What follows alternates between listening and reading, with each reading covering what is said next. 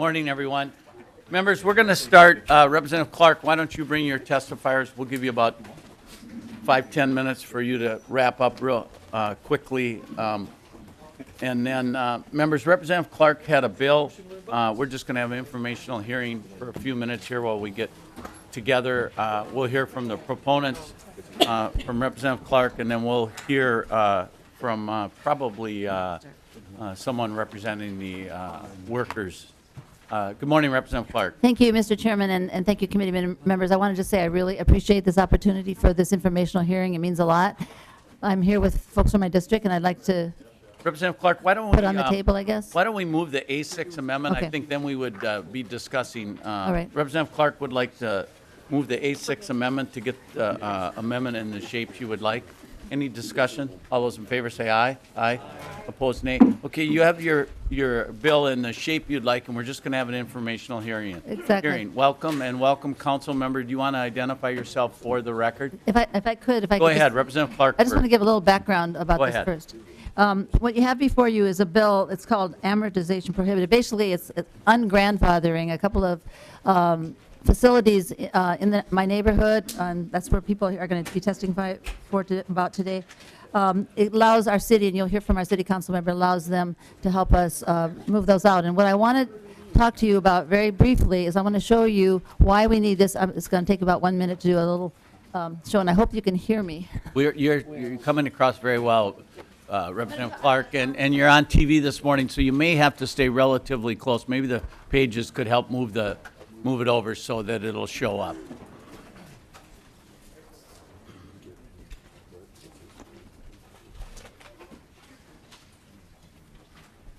Mr. Chair, what we have here is a map of what I would call environmental justice. It's why we have a law in the books that says this particular neighborhood has a special law. I'm just going to go through with you very briefly why we have this law. This is a map of Hennepin County, and the shading here is based on what's called minority population. I can tell you that we've had the same map that is based on, this is minority according to the census, U.S. Census description minority. The same map, if it had income, would be almost exactly the same. Our distribution of minority population and income is almost exactly the same. Hennepin County. So this bill is about this neighborhood called Phillips neighborhood, which is right here. And what we did on this map was documents some of the particular health problems that people have who live in this neighborhood related to environmental exposures.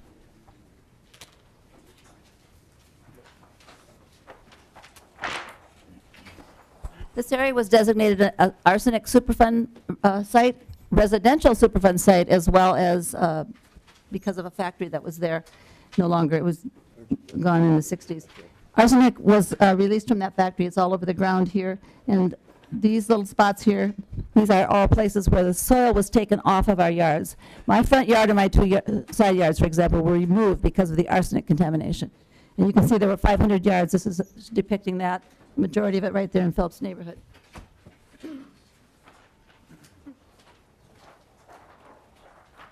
This is a map that shows the incidence of childhood lead poisoning in our community. We don't have so much lead in our in products anymore, but it was in our paint and it was in our gasoline. This is the community right here. All of these dots here represent children who, and this is a toddler's disease, who had childhood lead poisoning and needed intervention. It was at a high enough level that they needed to have intervention, medical intervention. This shows you how that shows up on the map in Phillips neighborhood, the number of children, the concentration of children with childhood lead poisoning. This is Phillips neighborhood. There's the north side. If we were, they would have a similar situation. One of the common illnesses related to environmental exposure is asthma. We have a lot of sources of asthma, but it's one of the reasons we're here today. So there's airborne issues. These are asthma hospitalizations or emergency room visits. These aren't people who live with asthma. These are people who have enough asthma incidences that, and this is all came from our county and our state health department. You can see here just those three examples, and there are others. This is why we have an issue with the air and the soil and some of the issues of disproportionate toxic exposure. The rest of Hennepin County is out here. This is my neighborhood, and that's why we're here today. Thank you for that background information, Representative Clark. Go ahead. Or council member, are you ready? Yes, thank you. Good If morning, you could everyone. identify yourself for the record. My name is Alondra Cano, and I'm the 9th Ward Council Member for the City of Minneapolis, also representing this neighborhood where my children are also growing up, probably developing asthma as we speak. Council member, I got to interrupt you. Yes. With that accent, that's just unbelievable. So from someone who worked a lot with Hispanic people, I Right. love the accent. Can I ask you where it came from? I actually moved to this country when I was 10, and I moved to Meeker County, to Litchfield, Minnesota. So Dean Erdahl is my parents' representative, and went to school with a lot of the kids of the reps who used to represent the Litchfield area. Thank you. Go Yes. ahead. So I'm here in support of this proposal and this bill because this community needs our support. Not only is it overburdened with being an arsenic triangle, a Superfund site, and asthma cluster, it's also a racially concentrated area of poverty as designed by the Met Council. So the folks in this community need our support. They need our help. The city of Minneapolis needs the partnership of the state in order to fulfill our vision of growing our city, as our mayor has set forward, and also to develop innovation districts around green zones. So we want to promote jobs, but we want them to be green jobs. We want to promote solar panel, geothermal energy. We want to make sure that this area turns around. Over time, as we have seen in this map, this neighborhood has been dumped on over and over and over. The community is here, standing behind me, supporting this initiative. They will speak and share their stories about why this is important. And for us, this is a conversation about engaging our partners and doing a relocation transition. We don't want to shut down any companies. We don't want to take jobs away from anyone. We want to have a conversation about how does this community transition in the next 5 years, using this bill as an opportunity to allow the city to actually fulfill and implement its current zoning.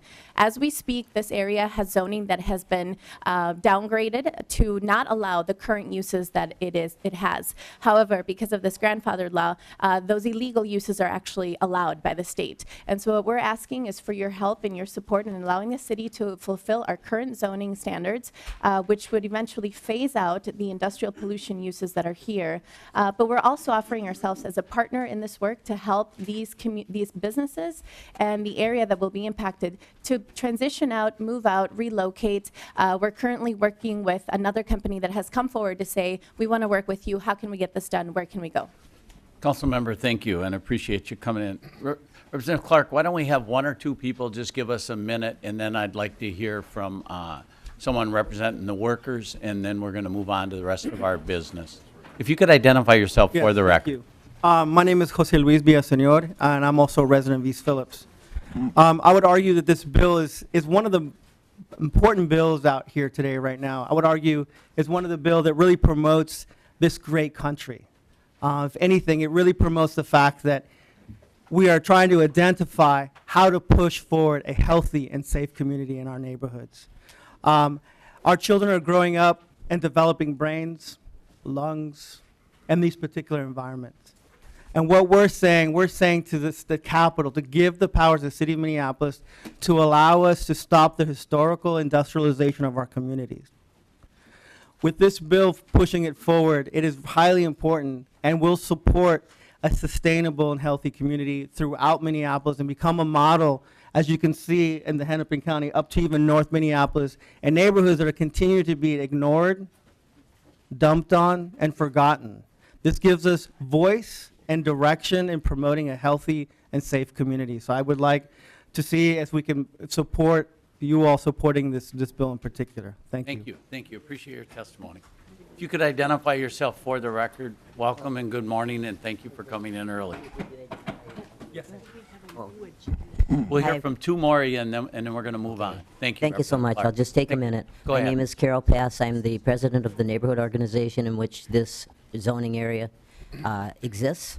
And I'm just wanting to call your attention to, we're looking for an ungrandfathering action here. It's unique, I think, but I think the situation is unique. This has got the highest density of kids almost in the state, and they're all moving towards school age. Our asthma problems and our school age problems are very big. And we look at kids, the asthma rate and leaving school because of it is huge. It really is one of the greatest impactors for not finishing high school, not finishing school, ending up on the street. I think this ends up being a crime problem. It ends up being an expensive problem. It ends up being something we really shouldn't continue. And we have to figure out, I'm concerned that grandfathering seems to be looked at as a forever deal. But think back, we were using asbestos. It was really great. It stopped fire. It was very tough stuff. It had to go, the factories had to go too. Thank you. If you could So identify. we're looking thank to a change to that. I appreciate that. Thank you. Please identify yourself for the record. I'm Patty Zansky, and I'm a resident of East Phillips. I'm a homeowner that I live just a few houses down from these heavy industries. I'm here to just share my grave concern about the pollution in my neighborhood. I have soot on my front porch that it blows in on the floor, the furniture, the windowsills. I try to work out. I work from home. I try to sit outside, and I get terrible headaches from the air because it smells so bad. I'd like to have children. I just got married a few years ago, and frankly, I'm concerned about raising a child with the air quality in my community. So I please ask you to hear and listen to these grave concerns and support Karen Clark with her bill. Thank you. Thank you. Representative Clark, do you want to hear from the workers first, and then do you want to wrap up? Or Sure, do you that want to that wrap would be up fine. now? And I just want to say welcome Go to ahead. them. We've had some ongoing conversations with the union members there, and as Councilmember Cano said, we're not interested in costing jobs, but we want to hear the voices of folks who are concerned about that. Thank you. If you could identify yourself for the record. Timeout. Representative Hausman. Mr. Chair, maybe I had missed it, but the basic premise of this, let me just clarify, since we didn't have the bill, is the point that there are some industries that were grandfathered in and Exactly. haven't been permitted for the level of pollution, or what is the basic issue here? I'm sorry if I wasn't clear Representative enough. There are two industries that are right now in what is now a highly residential area. When they were originally there, and the reason they're grandfathered in, it was a much more of an industrial area. Now, this is one of the densest population areas in the city.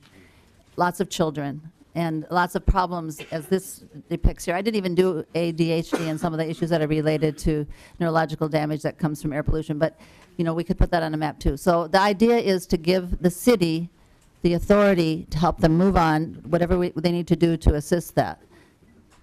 Representative And just to Hausman. clarify that, so they are, when you say grandfathered in, does that mean they are operating without a permit, or what, grandfathered in from what?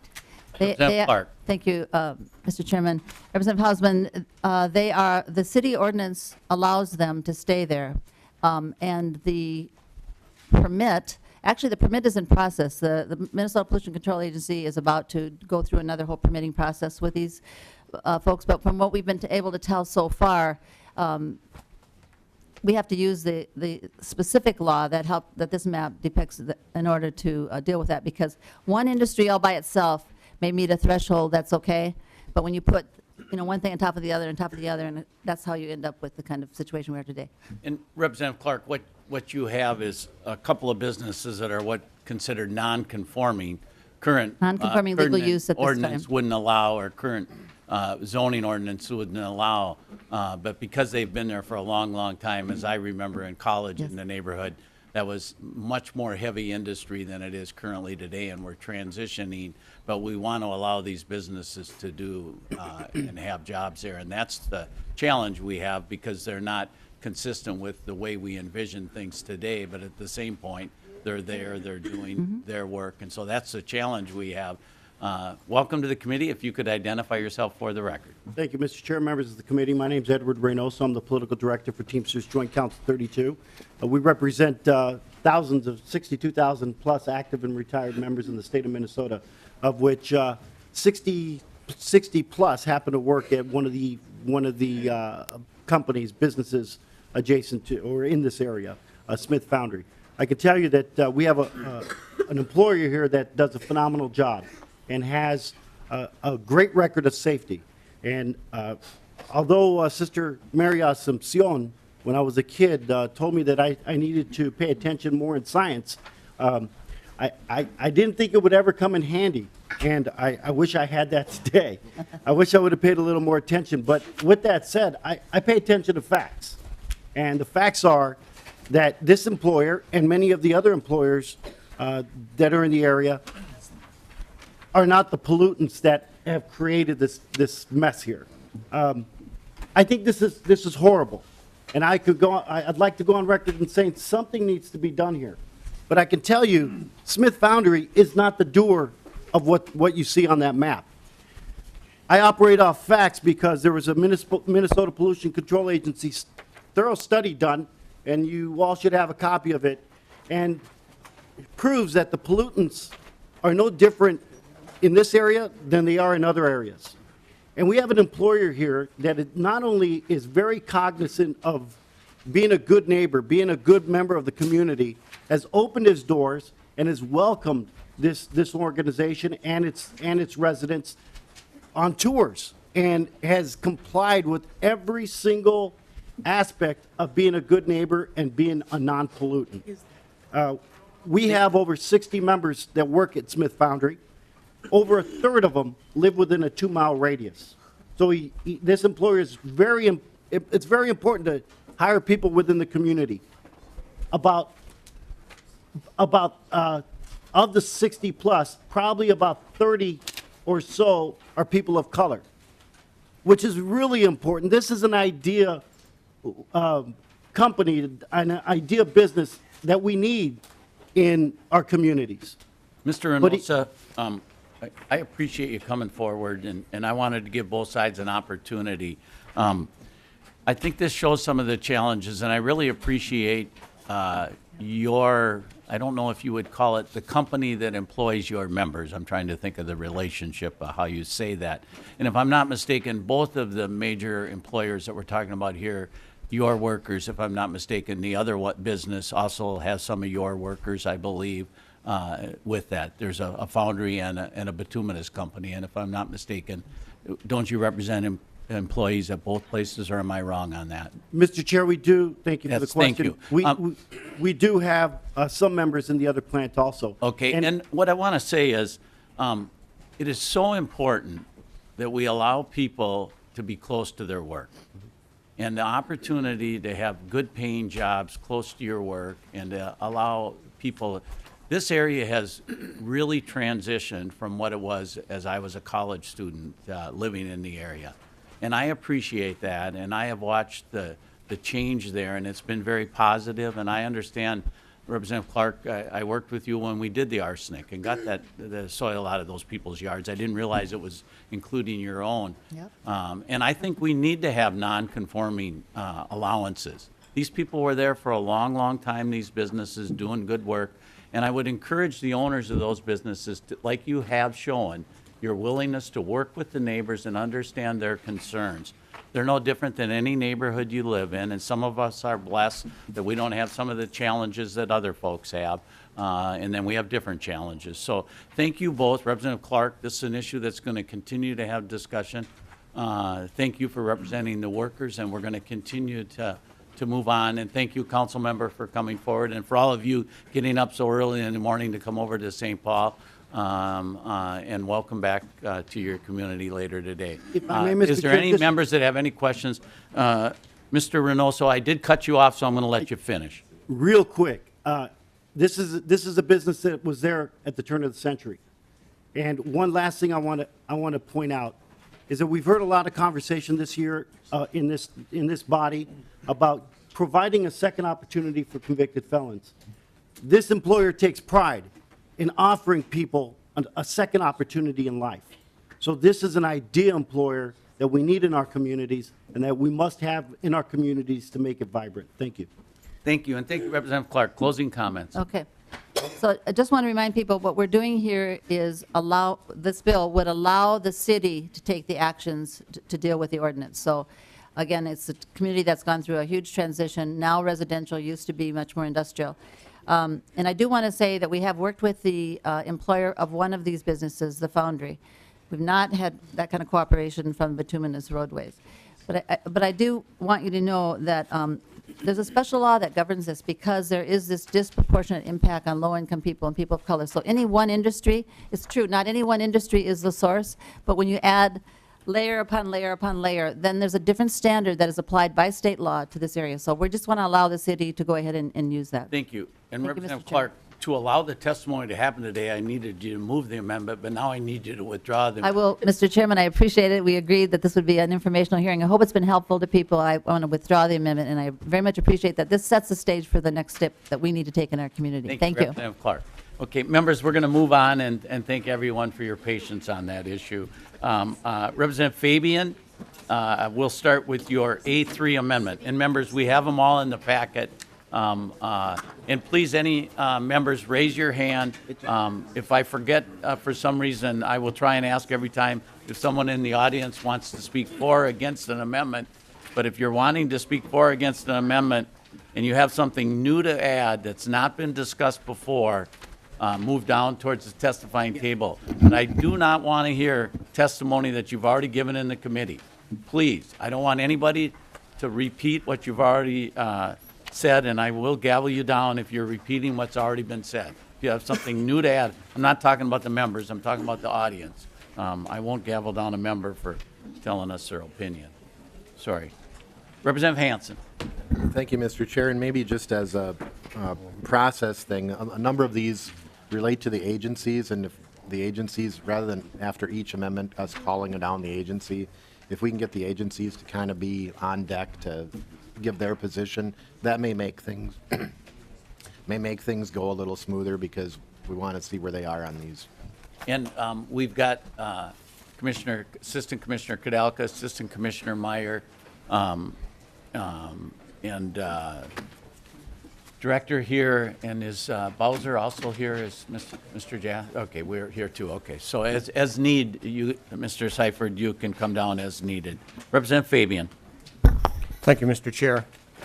The A3 amendment has to do with situations that can occur where a business or a hospital or whatever, for example, they may have multiple standby generators on their facility, and an honest mistake, they don't get one of the generators permitted.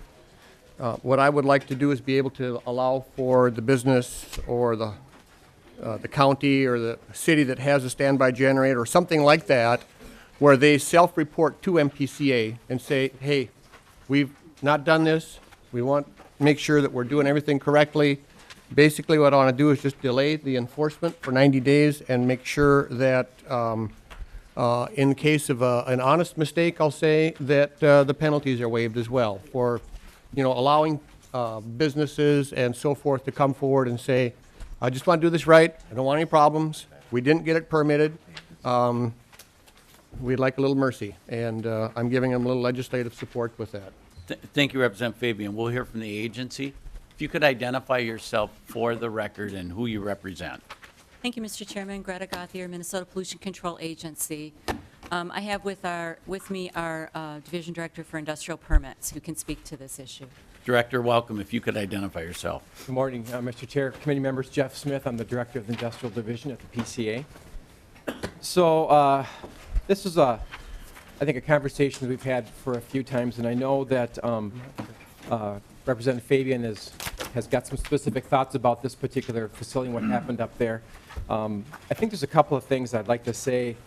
I can talk specifically about that facility and that event, but I think more importantly, let's spend a lot of time talking about this particular bill. I think a couple of things to note is that the agency has been doing compliance enforcement activities around the state for many years. We are very respected around the nation from EPA around our compliance enforcement activities. We have worked really hard to sort of educate and provide information to regulated parties when they need assistance. For DigiKey itself, I don't want to take, I don't want to argue with Representative Fabian, but he and I have talked about this particular facility for a few years now, and it's our opinion that they did not self-report, so this particular piece Director Smith, if you don't mind, apply here. If it's okay, I would rather speak to the amendment Okay. than the specific incident. And if you can speak to the amendment, and then if there's a need to speak about the specific incident, I'd rather just speak to the amendment. Go ahead. Mr. Chairman, perhaps I'll Ms. Gauthier. talk more to the amendment. So, first of all, this amendment, it is to a specific incident in a specific place.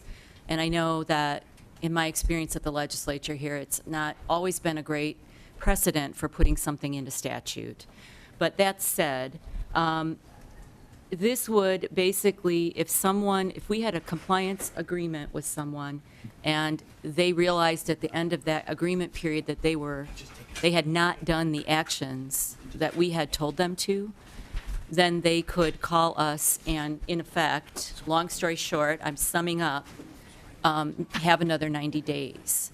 And so that it does have exemptions on the back, on line 2.7, 2.9, and so forth. But, it has an exemption for serious harm or imminent or substantial endangerment to human health or the environment. But our question is, what does that, who would be there to define at what point the harm becomes serious? Or at what point, serious to who? So it's vague, the exception, and overly broad, I think.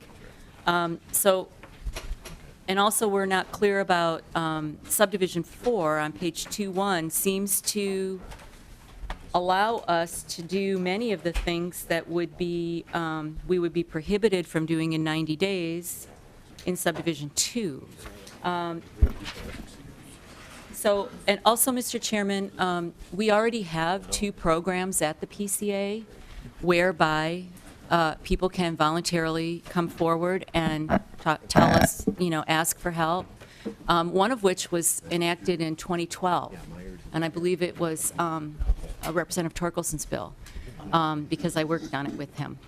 And that allowed any entity to come to the PCA, and we would give them an advisory audit or inspection of what they feared they had a problem with or were concerned about, and then they would have a period of time to correct that, in which, they would be we would work with them during that period of time. And so I think that the ends that are trying to be reached by this bill already exist in law, and then I think this bill has problematic language. Director Smith. Mr. Chair, members, I think it's also important to note that, these facilities, we're not escalating right away to enforcement action. Our goal has always been compliance. And I think one important message here is what you're sending to the rest of the regulated community out in the world, whether it's industries or municipalities or individuals. Self-reporting is a key part of the work of the agency. And as Greta mentioned, we've got programs that allow people to get in and self-report and do audits with us. I would be worried about the message we're sending to the rest of the regulated community, who have been doing it well for many, many years. We've got compliance rates over 90%. Most folks are trying to do the right thing, and they do the right thing. I think the message you're sending here is the folks that maybe are not doing the right thing get a break. And that doesn't seem like that should be, fair for us as a regulator or regulate the person doing the regulations and the folks that are being regulated. There's a leveling of the playing field, so to speak, that I think is really important here. And that's kind of our overall goal. And this particular bill unlevels that playing field in our estimation and causes folks that have not done the planning up front that's required and puts the folks that have done that planning at an economic disadvantage. Mr. Chairman, excuse me, I'm Ms. sorry. Gauthier. If I may add one more Gauthier. point, Mr. Chairman. We have consulted, since we saw this amendment last night, have consulted with some of our legal staff who are looking into it, but we're concerned that this would be in conflict with federal law, federal requirements. Thank you. A couple things, members, and to the audience. We have worked through, and we actually can stay in this room until noon. We were able to, Ms. Sipko was able to do some finagling after I think we didn't get to keep our room earlier in the week, so we were able to, there's an important ag hearing that normally would be in this room, but they're able to accommodate the larger room in room 10 because Representative Cornish doesn't need the room in his committee. So with a little bit of moving around, we all get to stay here until noon if it takes that long to get through our bill. I think that also works with those of you that need to get over this to the Senate, because I believe the Senate is going to begin to work on their environment bill at noon. So it kind of all fits together. So sometimes things do work out here. So that's where we're at. I know that leads to some other challenges. Specifically, we've got some folks that are supposed to be somewhere at 10 o'clock. So we're going to try and be through this thing as fast as we can still, but be respectful. And then we may even have to take a short recess when it comes time to bunch some votes together, because Representative Hornstein, I, Representative Cornish are supposed to be in another committee at a certain time to vote there. In Representative Hornstein's case, I believe it's the committee you're the lead on, is that omnibus bill is happening. So please, I ask for your flexibility to make sure that members who want to be here for votes, we will certainly make sure that they are. I know it's also challenges for Representative Hancock, so we've got some things that we're going to try and work through. So there's definitely still a chance that we will be back later this evening or tomorrow to make sure that everyone gets a chance to vote on this bill. I don't want somebody to not have a chance to vote on the bill. To that point, Representative Hansen. And Mr. Chair, so as we're going through, I appreciate the flexibility to make sure we can get folks here, because I know with the avian influenza, we have members that will be over at that. And we will want to be roll calling some of these amendments, so just to make sure the flexibility is there to get people. Well, and to that point, Representative Hansen, Representative Poppy is the lead on that committee that's having that real important hearing. Representative Fabian, I know you're on the committee. I don't know if any, I don't believe any, oh, Representative Eric, aren't you on that committee also? In No. Ag?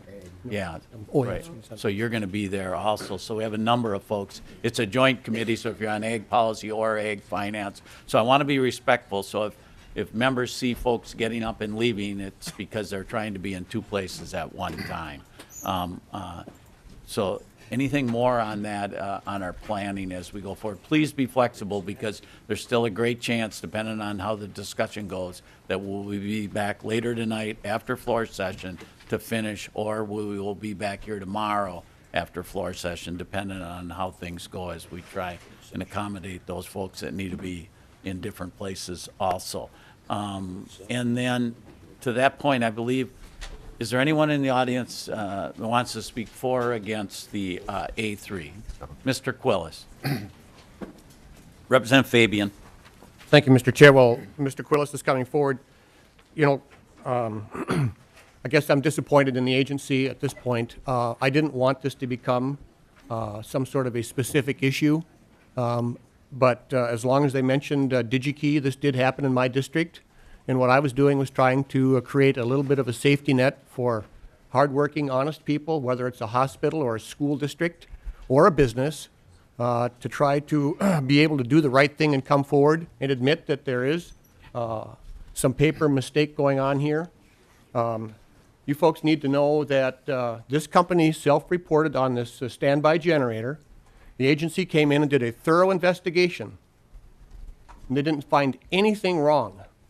Nothing. Everything that they were doing met all of the rules that they had, except for one little tiny thing about some sort of gaining some sort of an economic or competitive advantage over their competitors. And folks, they fined them $25,000, okay, for not having a piece of paper in a file someplace because they didn't have their standby generator, one of them, and they have multiple units on the facility. That's why this amendment is such a great idea. I want to send a message to hardworking, honest people around the state, not vast polluters. There's safety nets built into this amendment on the back page for serious violations where the agency can continue to do what they need to do. And I would encourage support of the amendment, please. Anything to add, Mr. Quillis? Mr. Chairman, members of the committee, my name is Tony Quillis. I'm the Director of Environmental Policy at the Minnesota Chamber of Commerce. And just to echo some of Representative Fabian's comments, and I apologize, I missed a little bit of Ms. Gauthier's and Mr. Smith's testimony, but the intent of this was, as they pointed out, there is an existing language right now, an environmental audit program that you can go through and trigger, if you will, with the agency to go through and have them audit your facility. If they find something, you are then allowed to use the 90-day delay. But the problem is you have to be in that audit to be able to use that 90-day. This is just another option. A lot of this language that's in the A3 is duplicative of what's in 114C.20, which is just above this in statute. It just carries it over and says that if you self-report a minor violation, what DigiKey aside, what we're trying to talk about is a minor violation. It's you have 90 days to do something, it's day 91. You have 6 generators, you reported only on 5. It's a minor violation that allows you that you report within 48 days to go through and then file a report with the commissioner to go through and how you would fix that. You have to report it. If you look on lines starting on 1.13, you have to self-report it. It has to be within 48 hours. It has to be, you can't have had a previous violation within 2 years, and you have to work in writing with the commissioner to go through. Then you can trigger the 90 days. On the back side of the A3, if it is a major violation, anything to do with criminal penalties, serious harm, human health, you violate a stipulation agreement, you can't use this. And that's determined by the agency. And also at the end, when it talks about you cannot use this and clarifies that you cannot use this to alleviate yourself of any reporting, releases, violations, and other matters. So again, this is just picked up from existing statute just in front of it. The only trigger here is whether you're in the audit program or whether you self-report. Mr. Chairman, I stand for any questions. Representative Fabian. Thank you, Mr. Chair. Mr. Quillis, I just wanted, the first part of your testimony, you said 48 days, and then you came back and said 48 hours. I just want to clarify that it's that's 48 that. hours, Mr. And it Chair. may work to have an oral amendment to make it 2 business days. We've talked about that, too, so, thank you. Representative Fabian, do you want to move an oral amendment? I would, Mr. Chair, yes. On line 1.17, I would like to strike the 48 hours and insert 2 business days. Mr. Eloff, do you want to read back the amendment as it would say now? Yes, Mr. Chair. On line 1.17, Clause 2, the regulated entity notified the commissioner of the violation within 2 business days of it coming to the regulated entity's attention. Discussion to the oral amendment. All those in favor say aye. Aye. Opposed, nay. The oral amendment's adopted. The amendment's now in the shape Representative Fabian would like. Further discussion. Representative Hausman. Thank you, Mr. Chair. I may have misunderstood the department, but I thought they were suggesting there was some language on page 2 that seems to give them authority to do something that they now currently couldn't do under 90 days. And I mean, I think that was probably inadvertent drafting or something, but unless I misunderstood it, when they were referencing the second page, that they seem to suggest confusion about Gauthier. the language because it seems to allow them to do something that they don't currently do. Thank you. Mr. Ms. Chairman. Gauthier. Thank you, Mr. Chairman. Representative Hausman. Yes, the language in the bill under subdivision 4 seems to our reading to conflict with what is written in subdivision 2. That's one problem. The other problem is on line 2.7, for example. The other problem is the exceptions are vague. On line 2.7, what does serious, what is serious harm? So you know, are they going to call the sheriff out to decide whether or not the harm is serious, or are we supposed to come to wherever, War Road or you know, Worthington or some? I mean, we don't see how this could be, how this could work, because it would be the permittee who would be deciding that the problem doesn't cause harm to people or the environment. And we're not sure that they're, you know, that would meet what numerous federal and state, you know, descriptions in statute and rules say about what is harmful to people and what is harmful to the environment. So it just seems unworkable to us. Mr. Chairman, members of the committee, I Mr. Quillis. saw Ms. Taylor make her move for the statutes because I think that this language in subdivision 4 is existing law. Okay, we'll get an answer on that. Are you ready, Ms. Taylor? Ms. Taylor? Mr. Chair, members, the exceptions in subdivision 4 of the A3 amendment are, if not similar, exactly the same as those that are in 114C.24 subdivision 3. So, and if you were to look at there's also serious harm and all these similar terms, so. So if I understand what Ms. Taylor is saying, it's not exactly word for word, but it's pretty much what's in current law. Representative Hausman. Oh, then I'm even more confused, Mr. Chair, because then I wonder why would we repeat it if this is already existing?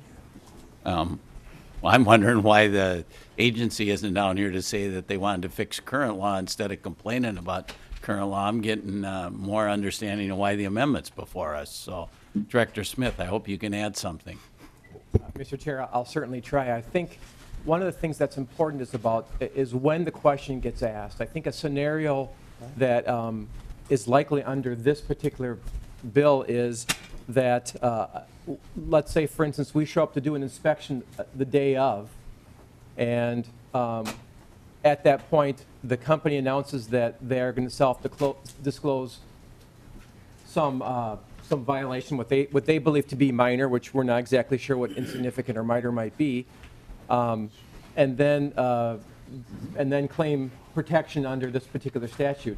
What's envisioned with the audit program is a scenario by which the company comes ahead to the agency to work through issues and concerns and questions they have well ahead of any potential enforcement action that comes before us.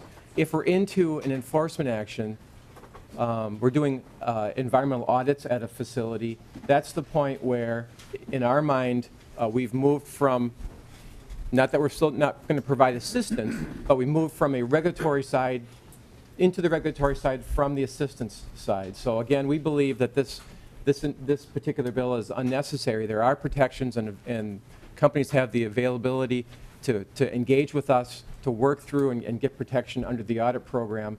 But there's a point where we think this language is unnecessary and confusing. Director Smith, this is a company located, I didn't know the company, I represent Fabian, I didn't actually think somebody mentioned their name till you did. But they got 6 backup generators. One of them acts up, and we got to go up there and hassle a company that's considering whether they should be in North Dakota, Iowa, or what's the other state trying to get them? South Dakota? I think that they're doing a phenomenal business, hiring all these local people. And I'm sorry, you're down here trying to defend why it doesn't seem like, I'm sorry, we can't legislate common sense, but this kind of action, just common sense doesn't dictate. And you're down here trying to defend, we find out most of what's in there, some of it's already in current law. Instead of saying, you know what, why don't we just put the amendment on, which we're going to do for sure, I can tell you that right now. And then you guys try and figure it out. If you want to figure it out in the next couple hours, I don't have any problem with that. But I'm so frustrated with the agency. Why in the world? This is a terrific company doing great things. It reminds me of the other backup generator. It was a biodigester where some egg producer was using a diesel engine, I call it a diesel engine, to take cow manure and make it into electricity, and we're hassling them because of the air emissions coming out of it. This is similar to that. It's a backup generator so these people can do this terrific, innovative idea this guy had to refurbish computers, and in Timbuktu, he's doing it up in God's country up there, and here we are trying to defend why we want to say something we did make sense. It was a huge mistake what we did, and we should be working with this company and Representative Fabian to fix it. I'm sorry, I'm frustrated. You wonder why our bill is written the way it is, and you come down here and try and defend action like this. This is ridiculous. Hassle a company like that. Who's the next one you're going to hassle? Representative Hausman, were you done? I'm sorry. Yes, Representative Dill. Thank you. Well, I spent 35 years flying people around the world, and we have there is a allowance in FAA law rules that unless there's a death, injury, or material damage to an aircraft, that you have a get-out-of-jail-free card by self-reporting. And then you have to go into a remedial an action where you explain how you won't violate that rule again. But they can't take any action against you. They can't fine you. Now, there's a finite, I don't remember because I've never used it in 35 years, but I know people who have. And I mean, things do happen. I agree with you, Representative McNamara. Let's pass the amendment. Representative Hanson. Thank you, Mr. Chair, and I've got a couple questions. One, was this a bill? Was there a bill introduced on this, or? I don't know if it's a bill, Representative Hanson. It's a very good idea. Representative Fabian. I did not introduce this as a bill, no. Representative Hanson. And thank you, Mr. Chair. And my reason for asking that is, you know, we've got some civil penalties in here, and, you know, the merits of it we're debating here as we're going through an omnibus bill, but I'm not sure if adopting this, if that requires the whole bill to go to civil law, because we've got civil penalties under the rules. I don't know if you've talked to that chair, or I just don't know what's, if there'd been a bill, maybe it could have made those routes and some of this, some of the questions and the confusion that's coming up right now could have been resolved. So, you know, I understand the empathy for the company, but also the future and looking at how this applies. We could have fleshed out maybe if it was out as a bill form and gone through the Civil Law Committee. Yeah, thank you, Representative Hanson, and we will check with the chair to see if he wants to hear the bill, and if he wants to hear the bill, we'll either go there or remove that part of the amendment. Any further discussion to the A3? All those in favor say aye. Excuse me. Mr. Chair. That's okay. No, I'm sorry, there was, go ahead, Representative Torkelson. Thank you, Mr. Chair. Just very briefly to the agency, you referenced the advisory inspections portion of law that was put into place a couple of years ago. How often is that utilized? Director Smith. Mr. Chair, members, not very often. Have you, Representative Chair, have you Torkelson. made any effort to make companies aware that this procedure is available? Director Smith. Mr. Chair, Representative, yes. Part of our outreach to companies when we're out there doing inspections is to present to them these options, including that advisory. Well, the whole idea here is, Representative Torkelson. thank you, Mr. Chair, is that we quit playing gotcha and work with companies that want to do the right thing and not penalize them for not doing their paperwork. Thank you, Mr. Chair. All those in favor of the A3 say aye. Aye. Opposed, nay. The amendment's adopted. Next, we have, members, the A24. Representative Uglum, I believe you're offering the A24. Yes, thank you, Mr. Chair. Relatively simple amendment with regard to recycling. The Recycling Competitive Grant Program. If you'll look at page 89. 24. I hope everyone has it in their packet. Members, it's the A24 amendment.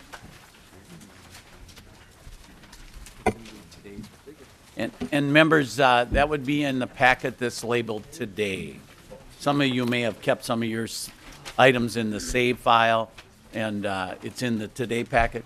Members, if it happens, both our pages are here, so once in a while, if you don't have the amendment when we move it, why don't you raise your hand, and they'll bring it to any members that, as we try and, we've tried to not duplicate too much paperwork, but once in a while, we may be missing something. It's a relatively short amendment, it has 7 lines. Yes. Representative Uglum, why don't you begin to explain it? I think there's at least a couple members that don't have it. We'll make sure they get it. All right, thank you, Mr. Chair. Well, first of all, the semantics on page 89, 89.22, we're deleting the word "or," and on 89.23, we are adding on the end of that sentence the word "or," and then we're saying the development or expansion of local recycling systems to support recycling bulk materials, including but not limited to electronic waste. So we're simply expanding the scope of some of this recycling, which is needed, very much needed in the waste stream, and we all know about electronics that need to be taken care of. Representative Uglum, we're going to take a deep breath because it almost looks like the entire left side of the testimony table doesn't have the amendment. So if one of the pages could make sure This is in regards to the new program that we've created to encourage rural recycling is the part of the bill that Representative Uglem is talking about. It's on page 89.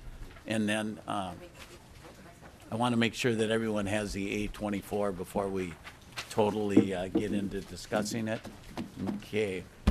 We actually hit it, Representative Purcell, intentionally on your entire side of the room there, just to see if people were paying attention.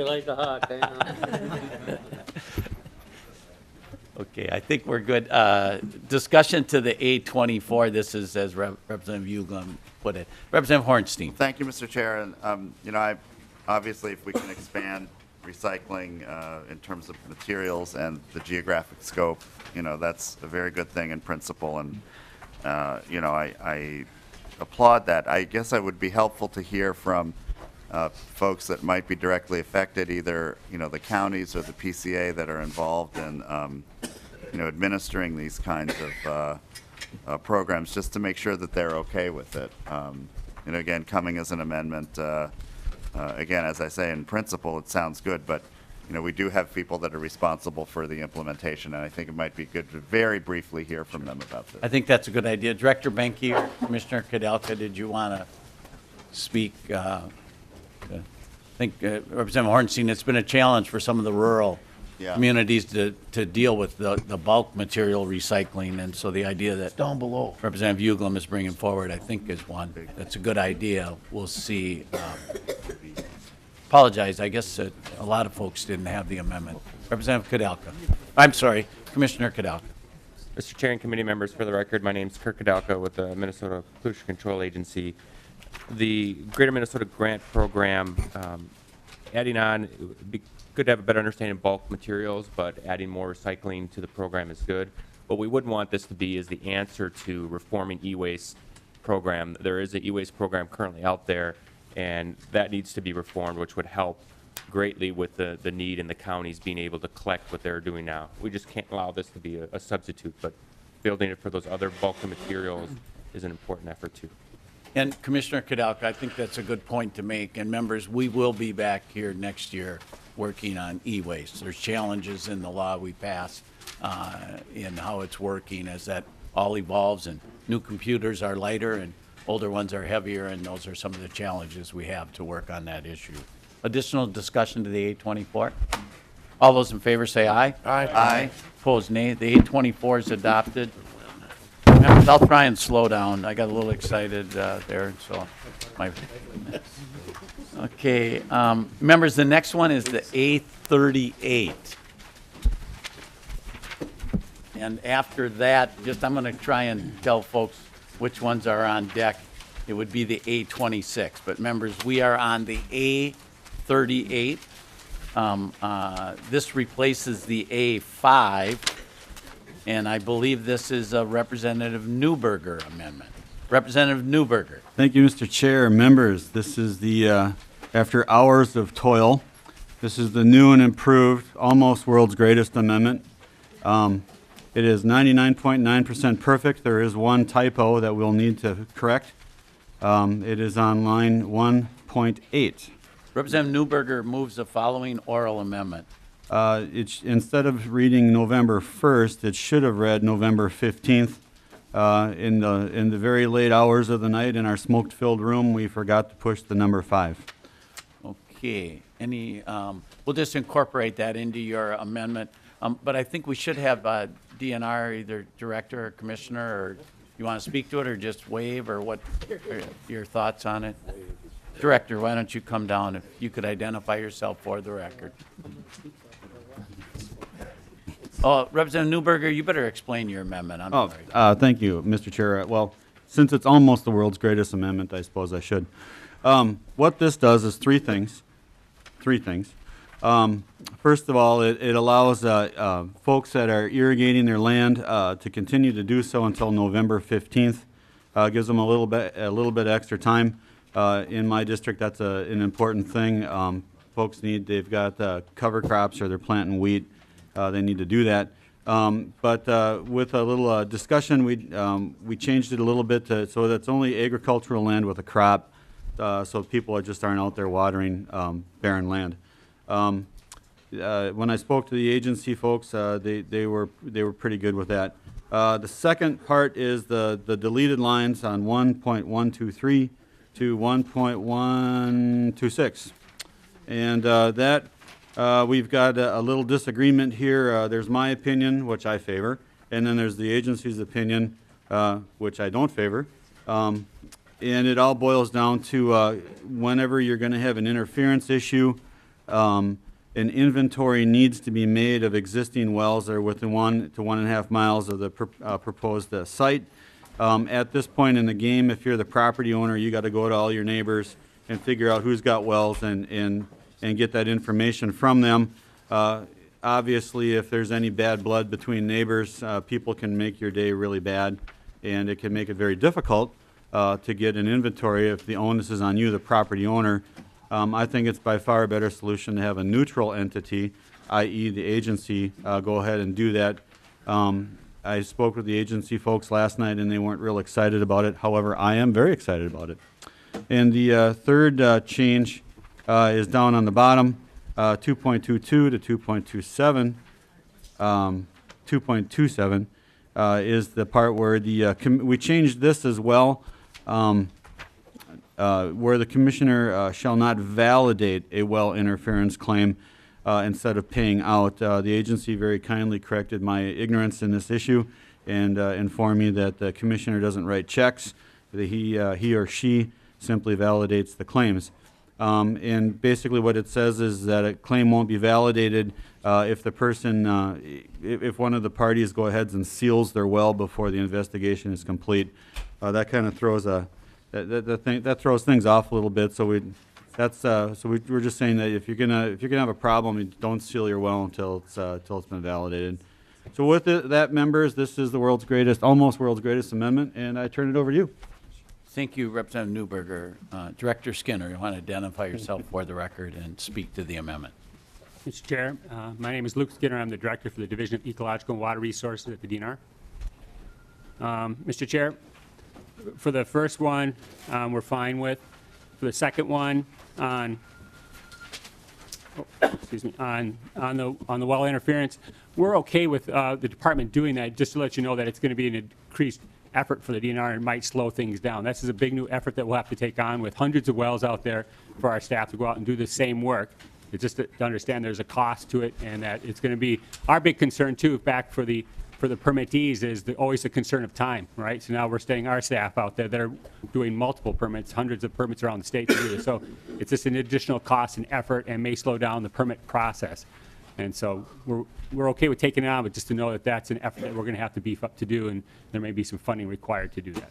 Well, Director, I'm encouraged for you to say that, because I know this has been a tough issue that we've been working on for the last 3-4 months, and I'm glad to hear you say it. There's a lot more involved in this in trying to figure out, and granted, much of these records are with the Department of Health, but sometimes they're not. So thank you for your willingness to work on this. And to the third part of the amendment? Mr. Chair, the biggest challenge with this one is twofold. One is that when you have a domestic well interference, and the well is bad, typically the well driller wants to seal the well right then and there because of the cost of mobilization. So if they can't seal it right then when you have a bad well, then that takes away their opportunity to make a claim. So that's just one of the challenges of doing that. We do that. We can also do other wells. We can put an ob well in or some other monitoring wells to look to see if there is an impact as well. So all this happens. The Department of Health requires that the wells be sealed if they're not in use, and so that we'll have to look at that statute as well. So there's this timing issue. Right now, well drillers are trained and coached to go out there and try to seal these wells right away. So it's a whole new education effort that's going to happen with the groups out there about how they do this.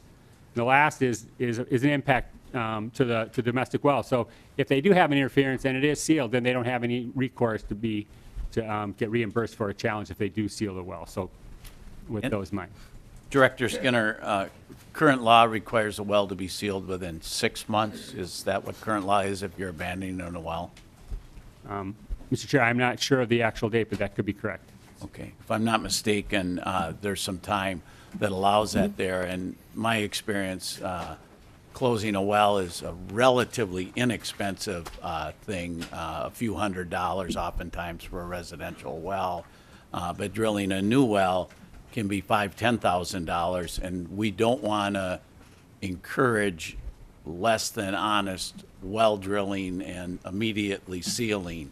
That I am thinking this through in my mind, and I don't want to encourage or even allow that opportunity. And I know we're trying to deal with that challenge that's before us. And so I appreciate the agency's willingness to work on that. Representative Purcell, or Representative Johnson, I'm sorry, I think you might have been first then. Thank you, Purcell. Mr. Chair. Representative Johnson. Thank you, Mr. Chair. And I want to speak to the lines 1.23 through 1.26. And Representative Newberger, there's another way to look at that. And this committee has heard me talk about the efforts taken by the mining companies just north of Mankato. And one of there's value. At least I have a perception that there's value when in the case of the mining companies, and I know the situation may be different, and the situations are different, but what's similar, I think, is that there's value when those seeking the permit to extract the water work with the folks who have wells near that, work themselves with the folks who have wells near there. Relationships are built. Decisions are made. There's a communication that is developed through that process that, if done well, can build positive relations and allow these entities to, both parties, to be well served. And I'm afraid that when you insert the DNR into that process, we may be losing some of that value. And it's kind of a matter of citizens and working together to get the job done and to do it right. And that's my fear with this. And I think that served, at least in my communities just north of Mankato, pretty well over the years. Representative Newberger. Thank you, Mr. Chair. Representative Clark, I like your points that you made. But Representative again, Johnson. did I say Clark? I do the same thing. Representative Newberger. I'm sorry. Well, this is almost the world's greatest amendment. Thank you, Mr. Chair, and Representative Johnson. I appreciate your comments, and as you're talking about, a mining company, and that might be the dynamic that we have for a large industry such as a mining company. But what we're talking about here is these are agricultural areas. We've got communities. We've got family farms. We've got family farms that have been there, and they've got all kinds of neighbors. And there are some wells that they know about and some that they don't. And to put the onus on the private property owner in this particular, this is what this is geared towards. To put it towards the private property owner really complicates this, and it almost makes it prohibitive in some situations. And I know this because I've been dealing with a case in my own district where we had some serious issues with this exact thing. So that's what we're doing here. This is, like I said, if you're talking about heavy industry and with mines and developing relationships with the communities, there's lots of ways that they can do that. But this is really aimed at the small farmer, the people that are just trying to irrigate their land. Representative Johnson. Yeah, thank you, Mr. Chair. Maybe Ms. Taylor can help us. How extensive does this? Is this limited to the situation that Representative Newberger describes, or is it applied more generally? Ms. Taylor. Mr. Chair, members, it would apply to all, persons or entities seeking a groundwater permit. Representative Johnson. Then again, I like the status quo, and I can see where there's a case where I can understand where there might be a situation where communication is broken down, and then you would be even have a stronger amendment than where communication is demonstrated it's possible for the entities to communicate, and I can see where that situation could occur. Then we'd ask the DNR to intervene, but I think we're stronger and we have better policy if we start with the entities working with themselves and those relationships allowed to build over time. Again, a difficult process, not always easy, but valuable in the long run. And Representative Johnson, just to put this into perspective, I heard from one person that had to deal with this issue. They were required to go talk to 27 of their neighbors about getting their private data about their well. The vast majority of that the Department of Health already had, but under the current law, they were required to go get data from 27 of their neighbors about their private well. So by the time they were going down the driveway of the sixth one, everybody was kind of wondering what in the world's going on. And they're trying to explain, well, that's current law. So what we actually have is the situation, I know at least in far southern Minnesota, down in, I believe it is in Representative Poppy's district, a consultant is now doing that for the ag folks or for whoever's trying to do it. They've actually put together where they'll go talk to the 27 people for them and try and find out this information, where oftentimes the private property owners don't even know, as I alluded to earlier. So it's a challenge, and I appreciate the agency working with Representative Newberger to find a solution, and there might be some kind of a compromise of who it all applies to. I'm thinking of the single individual one, and you're mentioning where it maybe would further relationships with an industrial user, but it doesn't say just all who it applies to. Representative Johnson. Thank you, Mr. Chair. And again, I assume that this would, the reason for the inventory is because those other wells can be impacted. And I'll tell you, if your home well is impacted by somebody doing something, drawing water, that's where we really have trouble. And if those relationships, that's where the conflict really comes. And to avoid those sorts of conflicts, the inventories have to be done. Those folks have to know that if there's the well's being drilled, that there can be impact on their wells. This is pretty near and dear to any homeowner that's in. If you've got your well dropping, and it's because of somebody else drawing water, that's a contentious situation, and those are the situations we want to avoid. So somehow that information has to be shared. Those folks need to know that this permit's being applied for, so they can at least have knowledge and perhaps weigh in on the process. And Representative Johnson, we're not saying that we don't want that information. We're just saying who should collect it. Is the local, I think, a Solberg aggregate, and Carl's supposed to go around to the 27 people around him, and his deal is he's good at crushing rock. He's retired now, so it doesn't matter. But he's good at that. I don't know if he's good at knowing well depths and stuff. Maybe it would make more sense for a DNR hydrologist to be asking those questions based on what Department of Health records don't already have. So that's kind of where we're at in this evolving situation, as we want to have the information. You're right. Yes. I've got Representative Purcell, then Representative Hansen, and it looks like Mr. Clavin's come down to testify, and then we'll move on to a vote.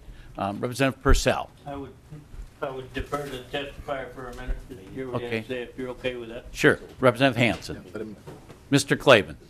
Thank you, Mr. Chair. For the record, Bruce Clavin, speaking for the Irrigators Association of Minnesota this morning. Maybe we can help your discussion here, Mr. Chairman, on this section. We support all three sections of the Newberger Amendment. Thank you for bringing that. We don't need to discuss Section 1. There's pieces on the Valley on that. In the second discussion, members should know that all of that language from lines 1.10 on was put in 2010. We never had to do this extensive stuff before, and so our members and the department are still trying to figure out how to do all this, some of this new regime, the preliminary approval, the green light, red light, yellow light stuff. And this is all new language, so we're all getting used to this. What's being proposed down here is who should collect the data, like you said, Mr. Chairman. It isn't really about neighbor conflicts. This is about what is put on the application.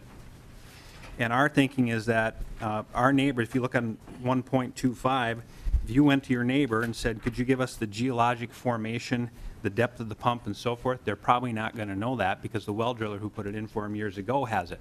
That's on file at the Department of Health. So our thinking is have the Department of Natural Resources get in touch with the Department of Health, and they can get the records from them directly. You'll also notice on here that it's not just a mile and a half. If you read it, it's or, line 1.24, or within the area of influence is determined by the commissioner. So that can be larger, potentially there. And we just think the two departments should talk rather than have our guys go around, try to figure out all this stuff that they don't have. As far as the cost, I don't know if that argument really washes, because in addition to the dedicated water appropriation fees, earlier in your bill on pages 13 and 14, there's $12 million being appropriated for a number of activities. One of them is lines 14.9, permit application review. I think the phone call to the Department of Health isn't going to be that burdensome for the cost for the Department of Natural Resources. And lastly, we've discussed a little bit the well sealing on number 3, or section 3. The well sealing is if there's an interference and someone's claiming that my well dried up because of maybe too much irrigation in the area, all we're saying there is, let's have the investigation first before you seal it, because we can't test your well once it's sealed. That's what we're trying to get at there. We've had some issues with that and trying to determine who's at fault, and we can't really do that when we aren't able to test the well. And that's really sort of the issue that we're trying to get at there. Thank you. Representative Purcell. Thank you, Mr. Chair. And in the interim here with that testimony, I've had most of my questions answered, that we have a good portion of the data on file, or should be on file, between Department of Health and Department of Natural Resources. So I concur that it seems like a good amendment. And the challenge, Representative Purcell, is sometimes there's some older records that Department of Health doesn't have. That's, I think, the issue. Representative Hansen? Thank you, Mr. Chair. Well, I think on the bright side, I'm pleased that Representative Newberger and your side of the aisle are referring to the DNR as a great neutral arbiter. I think we're making some progress here. It's usually not what we're hearing with the agency or any of the other agencies. I do want to just kind of follow up on Representative Johnson, and we're starting to see some amendments here that are based on an individual or an incident that happened. We've heard that with Representative Fabian and Representative Newberger, and we get into anecdotal lawmaking. And Representative Johnson used his anecdote, so you get dueling anecdotes based on what the perception is of what happened, different opinions with one incident relating to something. I think Mr. Clavin's testimony gives some context to that and shows how input in this process based on things can have gives us a better perception of what the interests are. But we all as legislators can use the individual anecdotes and build a bill off them, and then what is the consequence after that? What happens if it doesn't turn out, if it didn't serve as a remedy, or it does serve as a remedy for the one but not for the all? And that's where I think our role comes in asking these questions and looking at how it works. I can see just from my experience, I just tested the well on our farm, and I've been trying to find the depth information for the well, and it's hard to find some of that if it was drilled 2 generations ago. So I understand the frustration there, but I also think we often use, and all of us do it, we use the anecdote.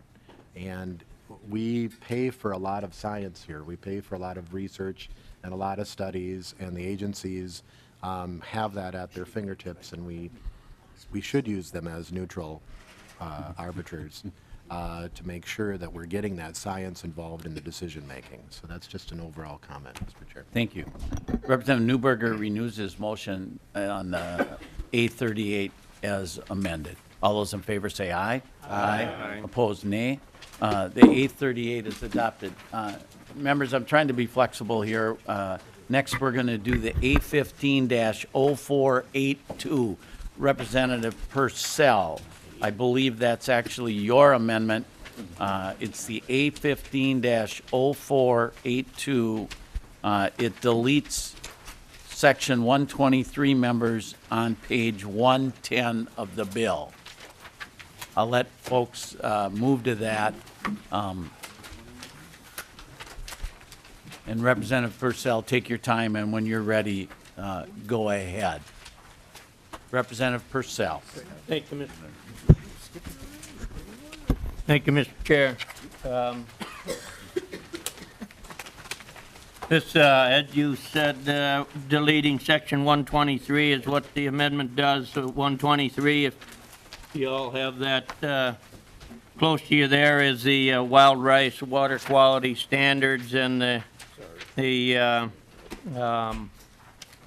information that's provided in 123 that says that the commissioner can apply the existing standard for sulfate, the sulfate-based standard.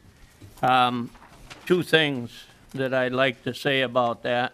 And I'm going to be respectful here, but I need you all to understand, I think you do, that I represent a lot of rice beds in Minnesota. I represent a significant Native American population. Minnesota and wild rice is a very special plant that grows on God's creation. So it's taken pretty serious. And two things I want to say is number one, in my opinion, there's no need for Section 123. The Pollution Control Agency has moved forward with the standards revision, and I believe they're moving forward in a good way, and so I don't believe that it's needed for that reason. The second thing is that if we do this, and this is, we kind of had this discussion back when I believe the original bill was Representative Moline. I mean, this is, I appreciate that we're using paper. I represent a lot of logging industry up there, and we're using paper and we're printing it here, but that's all we're doing, because we can pass this. It doesn't change the standard. It's an exercise. And I would offer to you that it's an exercise that is disrespectful to many of my constituents, and so that's my reason for bringing the amendment. Representative Purcell moves the A15-0482 amendment. Mr. Chair, Discussion. I'd like a roll call. on Okay, that, too. Representative Purcell has asked for a roll call. Seeing no further discussion, the clerk will call the roll. I'm sorry, somebody say, oh, just moving the mic. Clerk will call the roll. McNamara. No. Clark. Yes. Cornish. No. Dill. No. Fabian. Fenton. No. Fisher. Yes. Green. No. Hackbarth. No. Hancock. No. Hanson. Yes. Hausman. Yes. Heinzman. No. Hornstein. Yes. Johnson. Yes. Newberger. No. Purcell. Aye. Poppy. Yes. Rarick. No. Torkelson. No. Uglum. No.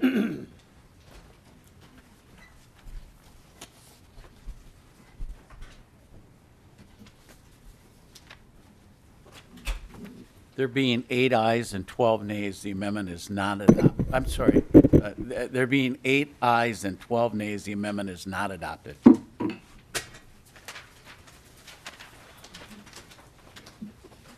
Next, members, we will take up the H846A12 amendment.